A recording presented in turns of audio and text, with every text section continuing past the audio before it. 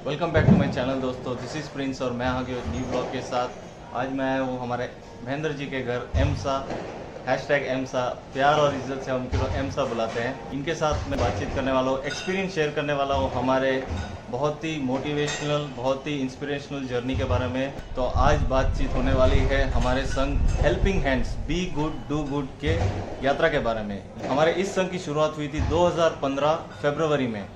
वहाँ से लेके अब तक 4 स्वयं सेवकों से शुरू होकर आज लगभग 150 से ऊपर हमारे स्वयं सेवक हैं, हमारे संघ के मेंबर्स हैं। तो कुछ बातें इनसे जानेंगे, कुछ बातें मैं आपको एक्सप्लेन करूंगा क्योंकि मैं भी कई सालों से संघ का हिस्सा हूं। आपने अगर कुछ वीडियोस मेरे देखे होंगे तो ब्लड डोनेशन रिसेंटली हुआ था, ये हर साल हो रहा है। इसी साल मैंने फर्स्ट टाइम किया था ब्लड डोनेशन, लेकिन हमारे जो संस्था है वो कई वर्षों से ब्लड डोनेशन का कैंप चला रही है। सिर्फ ब्लड डोनेशन नहीं, शुरुआत हमने की थी गौ सेवा से। नज़दीकी गौशालाओं में जाके गौ सेवा की शुरुआत की थी। उसके बाद धीरे धीरे बढ़ के ये सिर्फ पशु पक्षियों में नहीं बल्कि मानवता, पर्यावरण, हर चीज़ में, हर फील्ड में इन्होंने जो सेवा का कार्य किया है, मतलब मेरे जैसे पता नहीं कितने लोगों को इन्होंने मोटिवेट किया है। इन्होंने जो मार्गदर्शक दिखाया एक आज की युवा पीढ़ी के लिए बहुत ज़रूरी है। सिर्फ नौजवान नहीं, सिर्फ युवा नहीं, हर वर्ग के लोगों को जो इनका काम देख के मोटिवेशनल मिला है, उसके लिए मेरे पास कोई शब्द नहीं है। इनसे पूछेंगे कि कैसी थी आपकी शुरुआत, क्या सोच के, क्या विचारधारा को देख के आपने शुरुआत की थी हमारे helping hands be good do good के संस्था की। सेवा का भाव तो बचपन से ही था, करना है करके दिल में था। तो 2015 में हमने एक 4 दोस्तों ने मिलके सोचा कि ना नज़दीकी गौशाला जाए और गोवंशों को चारा खिलाए। एक गाड़ी चारा हम लेके गए थे, 4 स्वयं सेवक हम थे। उस समय में कोई ग्रुप कुछ नहीं था, हम सिर्फ दोस्त 4 जने मिल के गए थे। हमने गोवंशों को चारा खिलाया। बहुत ही, मैं शब्दों में बयान नहीं कर सकता, इतनी मतलब खुशी मिली जो हम कुछ भी करके नहीं मिलेगी। वो जो सेवा में मिल, जो खुशी, जो आनंद उस सेवा से मिली हमको। तो हमने तय कर लिया कि हमें हर रविवार गौशाला आना है, इन गोवंशों को अपने हाथों से चारा खिलाना है।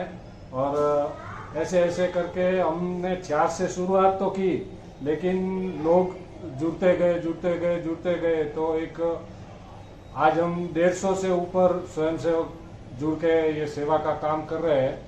तो जब लोग जुड़ते गए तो हमने सोचा कि क्यों ना एक ग्रुप बना ले।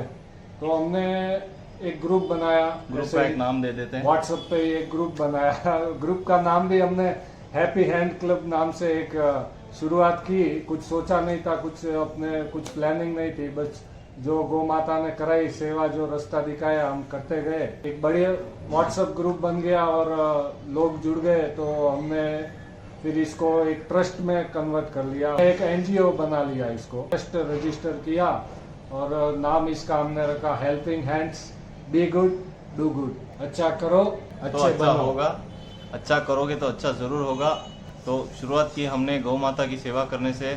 तो सब एक समान। ये जो हमारे सारे संघ, ये संघ से जो मैं जब जुड़ा तब मुझे मतलब बहुत अच्छा लगा। हर जो एक हमारे संस्था का मेंबर था, इतना फ्रेंडली, इतना ओपन माइंडेड, इतना सपोर्टिव हर चीज़ में। हमारे संघ के बारे में अगर कुछ ग्लैंस में बता दूँ तो आज तक हमने 25 से अधिक गौशालाओं में 6 लाख किलो से अधिक चारा वितरित किया है।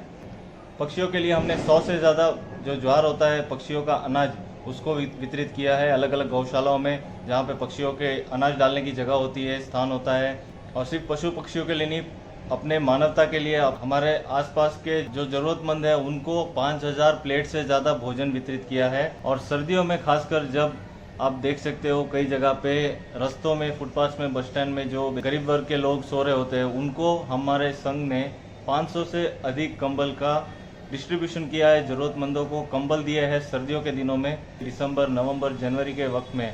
पक्षियों को पानी पिलाने के लिए जो मड के पॉट होते हैं, जो मिट्टी का एक पॉट होता है, 150 से अधिक हमने डिस्ट्रीब्यूशन किया है। आपने अगर ब्लड डोनेशन का वीडियो देखा है मेरे चैनल पे तो वहाँ पे मैंने पूरा क्लियरली दिखाया है कैसा होता है वो अपना पॉट और कैसे हम उसको डिस्ट्रीब्यूट करते हैं। जहाँ पे रिक्वायरमेंट होती है वहाँ पे हम उनको देते हैं। लोग जाके अपने टेरेस में या अपने नेबरहुड में जहाँ पे पक्षियाँ आती है वहाँ उनके लिए पानी की व्यवस्था होती है। और प्रूफ के तौर पर हम उनसे फ़ोटोज़ भी मंगाते हैं। ऐसा नहीं कि बस दे दिया और पीछे कोई कार्रवाई नहीं हुई। जो भी हम अपना कार्य कर रहे हैं, जो भी इसमें जो अपने संघ के सारे मेंबर्स का खर्चा लग रहा है, वो सही जगह पे लग रहा है, उसका भी हम पूरा ध्यान रख रहे हैं। अगर पॉट टूट भी जाए तो उसको रिप्लेस भी करते हैं। उनको रिप्लेस भी करते हैं। जो मानवता की सेवा करते हैं, अपने पशु पक्षियों की सेवा करने में आनंद लेते हैं। हमें जो है वो पॉट दे के जितनी खुशी नहीं होती, उससे ज्यादा खुशी जब वो पॉट यूज में आता है, जब उसमें चिड़िया पानी पीती है, तो हमें वो फोटो देख के जो खुशी मिलती है ना, वो खुशी हमें चाहिए, इसीलिए हम फोटो लेते हैं। स्पेशली ये होता है गर्मियों के दिनों में। गर्मियों के दिनों में आपके पास बहुत सारे व्हाट्सएप मैसेजेस आते होंगे, बहुत सारे लोग स्टेटस पे डालते हैं, लेकिन ये जो कार्य असल में हो रहा है, ये हमारे संघ कर रहा है। फोटोज तो आप देख रहे हो। और एक बड़ी बात जो है, इमरजेंसी में, आपातकाल में जिन मरीजों को ब्लड की रिक्वायरमेंट होती है, आसपास के अस्पतालों में चाहे कहीं भी हो, हमारे ग्रुप में जब ये मैसेज आता है तो हमारे संघ के जो कार्यकर्ता हैं, हमारे संघ का हर मेंबर उत्साह होके ब्लड डोनेट करने जाता है कि मैं इस मरीज की मदद करूंगा, मुझे ब्लड डोनेट करना है। संघ के मेंबर्स जब भी मैं कोई रिक्वायरमेंट, हमारे नियरेस्ट में कहीं ब्लड की रिक्वायरमेंट होती है, तो हमारी पूरी कोशिश रहती है कि वो उसको ब्लड जो है मिल जाए। और ए नेगेटिव है, ये जो रेयर खून होते हैं, और मेरे लिस्ट में अगर किसी का, अपने ग्रुप में किसी का नाम है लिस्ट में, तो हम उसको कॉल करते हैं। तो जब मेंबर्स को कॉल करते हैं तो मेंबर्स की रिक्वायरमेंट है और हॉस्पिटलाइज है मरीज है और उसको ब्लड देना है। उत्साहित होते हैं कि कब जाना है, कहाँ जाना है, आप अभी बोलो मैं जाता हूँ। मतलब ऐसे ऐसे करके हमने बहुत से मरीजों को डायरेक्ट जो है हमने, और जरूरतमंदों को ब्लड का अरेंजमेंट किया है हमने। इससे बड़ी मानवता के लिए और सहायता क्या बड़ी हो सकती है। इसके लिए तो पूरे ग्रुप का धन्यवाद है और सब मेंबर्स का बहुत बहुत आभार है। हर एक मेंबर हीरा है, मैं तो कहता हूँ, क्योंकि मेरा पर्सनल एक्सपीरियंस है भाई। मैं ऐसा ही नहीं कर रहा हूँ, मैं कई सालों से, लगभग 5 से 6 साल हो गए मुझे भी इस संघ में रहते हुए। कई सारे मैंने कार्यक्रम इनके साथ जुड़ के किए हैं। अब आते हैं पर्यावरण की ओर, तो पर्यावरण में हमको सबसे ज़्यादा ज़रूरत है पेड़ों की, पौधों की, पौधे लगाने की। तो बहुत लोग आप देखते हो कि साल में सिर्फ जब एक दिन आता है एनवायरमेंटल डे, उस दिन पौधे लगाते हैं। लेकिन अपना जो संघ है, जब भी सिटी से बाहर कहीं गौशाला में जाते हैं, वहाँ पे मौका पाते हैं, वहाँ पे जो परिस्थिति बनाते हैं कि हम यहाँ पे पेड़ लगाएंगे, यहाँ से पूरी अरेंजमेंट करके वहाँ पे कई सारे पेड़ लगा के आते हैं। पौधों का ऐसा है कि हमारे साथ एक स्वयंसेवक जुड़े हुए हैं, वो जो है जो पौधे तैयार करते हैं, 15-20 पौधे तैयार करेंगे। कहीं हम गौशाला जाएंगे तो वो पौधे वो लेके आते हैं अपने साथ, मतलब अपने संघ के तरफ से वहाँ पे, यहाँ से हम पौधा लेके जाके वहाँ पे लगा के आते हैं अपने आप। उसका जो है देखभाल सभी जिम्मेदारी के साथ हम लगा के आते हैं। ऐसे नहीं आज लगा के आ गए कल भूल गए, नहीं। जितने बार हम गौशाला जाएंगे उसको देखेंगे कितना बड़ा हुआ है, क्या हुआ है, और उन गौशाला वालों से हाथ जोड़ के निवेदन करेंगे कि भाई आप इसकी देखभाल पूरी।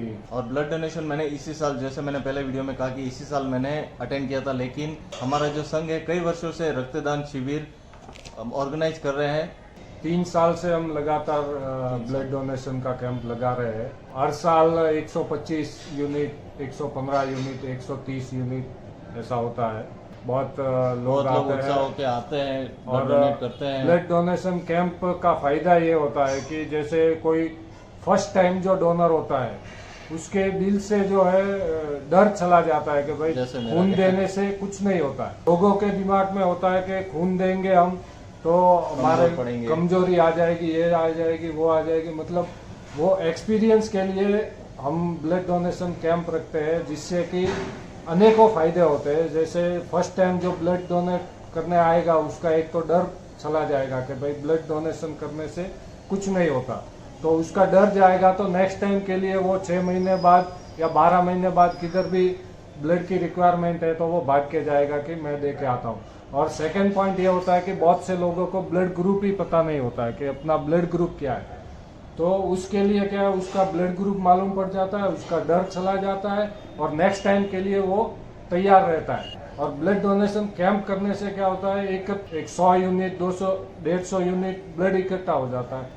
तो वो ब्लड क्या है, जरूरतमंदों को काम आता है, इमरजेंसी के वक्त उनको काम आता है। इसलिए ब्लड डोनेशन कैंप हम हर साल रखते हैं। और ब्लड डोनेशन कैंप रखने के और भी कई सारे फायदे होते हैं हमको, जैसे बहुत सारे फायदे हैं और ये फायदे हम गिनाने जाएंगे तो उसका अलग से ब्लॉग बनाना पड़ेगा। मैंने ऑलरेडी बना गया, उसमें कुछ अनेक फायदे और भी बहुत है। मैं उस वक्त तैयारी के साथ नहीं गया था, क्योंकि मतलब अपने पास हमेशा टाइम का ऊपर नीचे होता है, तो ये सब है थोड़ा क्लियर काम नहीं होता है। लेकिन जितनी कोशिश है कर रहे हैं, इनकी तरफ से तो पूरी कोशिश है, इनको तो मैं सैल्यूट पहले ही दे चुका हूँ। सबका सहयोग है।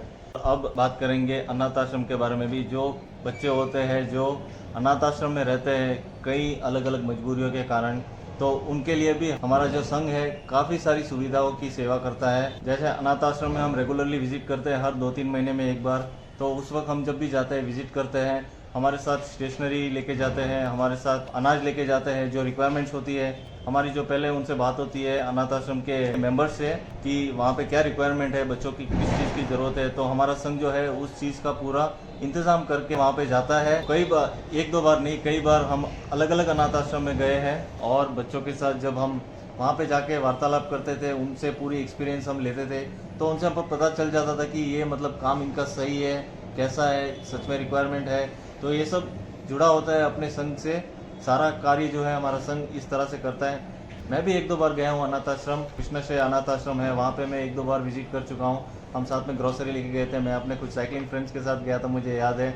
वहाँ पे हमने बहुत सारी मस्ती की थी बच्चों के साथ। उनका जो हंसी मजाक, उनका जो एनवायरनमेंट है, बहुत अच्छा लगता है वहाँ पे। बच्चों के साथ तो बहुत अच्छी खुशी मिलती है, उनके साथ बैठना है, खेलना है, टाइम स्पेंड करना है। अब एक ग्लैंस डालते हैं, हमारे जो संघ है, हमारे संघ के मेंबर्स है, वो जहाँ पे भी कुत्ते हो गए या कहीं गाय हो गई, जो जख्मी है, जो कई सड़कों पे आवारा घूम रहे हैं, उनको अगर किसी चीज़ की ज़रूरत हो, जैसे कोई जख्मी है, कुत्ता जख्मी है, किसी एक्सीडेंट का शिकार हो गया या फिर उसे कुछ और प्रॉब्लम है, तो हमारे संघ के कई मेंबर्स है जो इन चीज़ों के जानकार है, पे जिम्मेदारी उठाई, उनको सही इलाज। कई सारे ऐसे हमारे सामने इंसिडेंट्स आए। बहुत सी बार हम देखते हैं कि जैसे सड़कों पे हम जा रहे हैं, कुत्ते में घायल कुत्ते मिल जाता है, कुत्ता कोई अगर घायल है तो हम बहुत बार देख के भी अनदेखा कर देते हैं कि भाई हम चाहकर भी कुछ कर नहीं सकते। सेवा कार्य में जुड़ने के बाद हमें पता चला वेटरनरी हॉस्पिटल के बारे में, बहुत सी संस्थाएं हैं जो कुत्तों का इलाज भी करती है। और तो आप सबसे भी निवेदन है कि आप कहीं पे भी अगर कुत्ते को घायल देखे तो आपका उपचार करवाएं। आप भी बहुत से कबूतर रास्ते से जाते हैं तो बहुत से कबूतर घायल हमको दिखते हैं रास्ते में। हम चाहकर भी कुछ नहीं कर पाते क्योंकि हम किसी को भी नॉलेज नहीं होता कि उनको इलाज कैसे करना है, क्या करना है, क्या खिलाना है। तो उसके लिए भी, कबूतरों के लिए भी अच्छे अच्छे हॉस्पिटल बने हैं। जैसे यहाँ पे बेंगलोर में रहते हैं तो यहाँ पे 2-3 जगह है जहाँ पे कबूतर को हम लेके वहाँ पे छोड़ देते हैं, का वहाँ पे अच्छे से इलाज हो जाता है। तो हम जब भी हमारे टीम मेंबर है या हमें जब भी कबूतर कोई घायल देखते हैं तो उसको पहले उठा के उसको सही जगह पे हॉस्पिटल पहुँचाते हैं और उसका इलाज जो है वो आगे वाली संस्था करती है, लेकिन हम सिर्फ वहाँ तक पहुँचाने का काम हम करते हैं। और हमने अभी तक 150 से ऊपर घायल कबूतरों को वहाँ हॉस्पिटल पहुँचाया होगा। इसके अपार्ट भी हम पशु पक्षियों को, जो आवारा प्राणी होते हैं, रास्तों पे सड़कों पे घूमते हैं दिन रात, जब उनका व्हीकल्स की वजह से एक्सीडेंट हो जाता है, उनको बचाने के लिए जो हमारे संघ ने बहुत बड़ा कदम उठाया है रिफ्लेक्टिव कॉलर का। रिफ्लेक्टिव कॉलर मैंने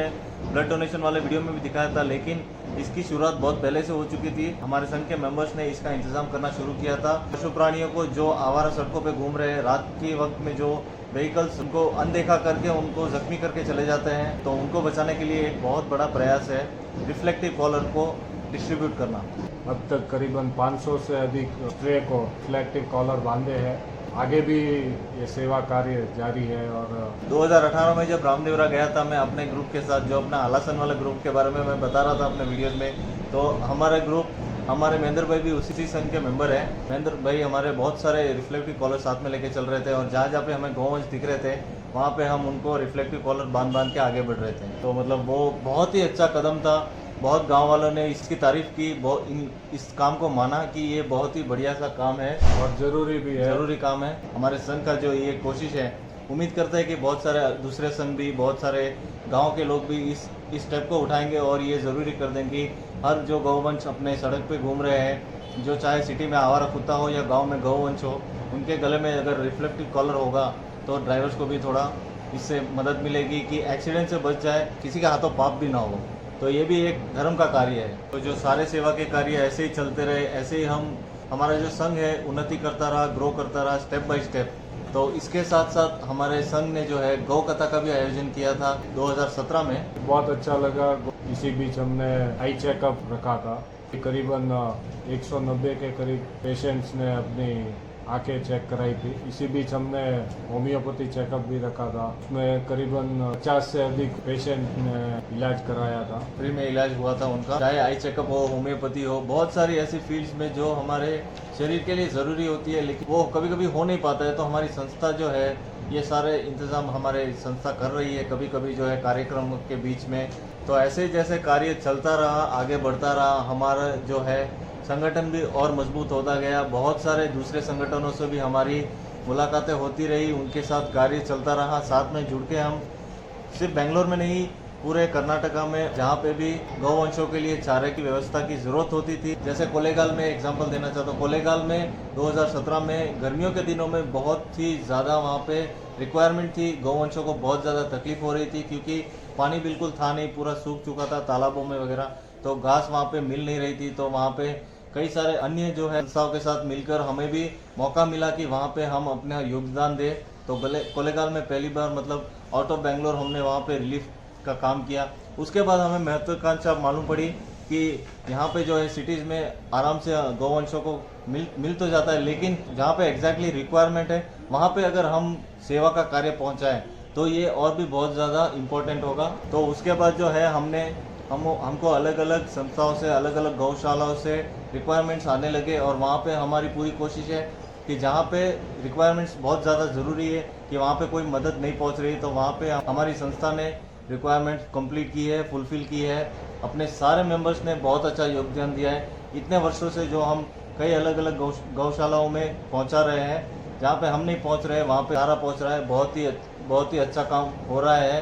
अभी कर्नाटका में जैसे कई गौशालाएं हैं जहाँ पे चारे की आवश्यकता रहती है। हमारी यही कोशिश रहती है कि हम जहाँ नीडी है, जहाँ गौवंशों के लिए चारे का प्रबंध नहीं हो पा रहा है, वहाँ अपनी संस्था से हम चारे का प्रबंध करने की कोशिश कर रहे हैं। अगर गौ माता की कृपा रही तो चालू ही है और चालू ही रहेगी। Helping hands be good do good के सभी सदस्यों का सहयोग है जो हम ये सब सेवा कार्य कर पा रहे हैं और आगे भी ये सेवा ऐसे ही गौ माता की कृपा से जारी रहेगी, ऐसी इच्छा है। जहाँ जहाँ गौवंशों के लिए चारे की कमी है, चारे की कमी को पूरा करने का काम अभी पूरे दिल से ये संस्था अभी इस काम को कर रही है। तो जो 6 लाख किलो जो चारा है वो सिर्फ बेंगलोर में नहीं, जहाँ पे रिक्वायरमेंट्स है, एग्जैक्ट रिक्वायरमेंट वहाँ पे पहुँची है। तो ये एक बहुत बड़ी बात है हमारे संघ के लिए कि हम ज़रूरतमंद की सेवा कर रहे हैं, ना कि सिर्फ नाम के लिए सेवा है, ज़रूरतमंद की सेवा है। और हमें सौभाग्य है कि मुझे सौभाग्य है, हमारे सारे मेंबर्स का सौभाग्य है कि हम ये कर पा रहे हैं। एक कर्तव्य है जो हम निभा रहे हैं और हम ये मैसेज फैलाना चाहते हैं कि जहाँ पे मानवता हो, पशु प्राणी हो और अपना जो पर्यावरण हो, जहाँ पे जो कुछ योगदान दे सके वो ज़रूर दें। इससे जो है कर भला सो हो भला, ये हर कोई कहता है, लेकिन कभी करके देखेंगे तो बहुत अच्छा होगा। जो सेवा के कार्य में जुड़ता है उसके लाइफ में जो है अपने आप सब कुछ सेट होता है, वो ऊपर वाला ज़रूर देता है। तो हमारे ये कार्य और बढ़ता गया, आगे बढ़ता गया। बहुत सारे लोगों से हम जुड़ते गए, कई सारी संस्थाओं से, और हमें रिस्पांस भी मिला बहुत बढ़िया से। कुछ बड़ी बड़ी संस्थाओं से जो हमें बुलाकर हमारा सम्मानित किया गया, हमें अवार्ड भी दिया गया है। 2017 में हमारी संस्था को गौ सेवक पुरस्कार मिला, क्योंकि उस वक्त गौ सेवा हमारा पहला मोटिव था। तो उसके बाद हम और भी कार्य करते गए। उसके बाद हमें समाज गौरव अवार्ड भी मिला, जो हम समाज सेवा के कार्यों में कर रहे थे। तो बहुत सारे कुछ संस्था जो हमारे कार्य से प्रसन्न हुए और उन्होंने हमें सम्मानित किया। और बात करते हैं कोरोना काल में। कोरोना काल में भी जो सारी दुनिया, सारा काम ठप हो चुका था, वहाँ पे गौवंशों का चारा भी ठप हो चुका था। जो इंसान अपने लिए ही पूरा इंतजाम कर रहा था, सिर्फ अपने बारे में सोच रहा था, उस महामारी में भी जब हमारे पास रिक्वायरमेंट्स आई, हमारे संस्था के पास रिक्वायरमेंट्स आई कि गौवंशों के लिए कोई इंतजाम नहीं है चारे का, खाने पीने का, तो उस वक्त भी हमारे संघ ने पूरा सहयोग दिया। तो कैसा था वो महेंद्र जी, मतलब कहाँ से रिक्वायरमेंट्स आई, कैसे आपने फुलफिल करने का मैनेज किया?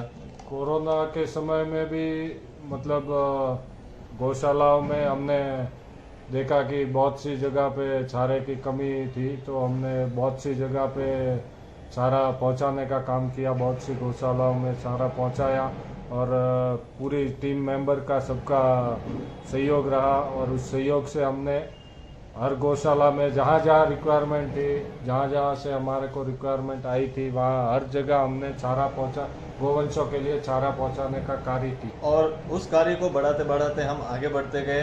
कोरोना काल खत्म होते ही हमको कोरोना वॉरियर अवार्ड भी मिला, तो ये भी एक गर्व की बात है हमारे लिए।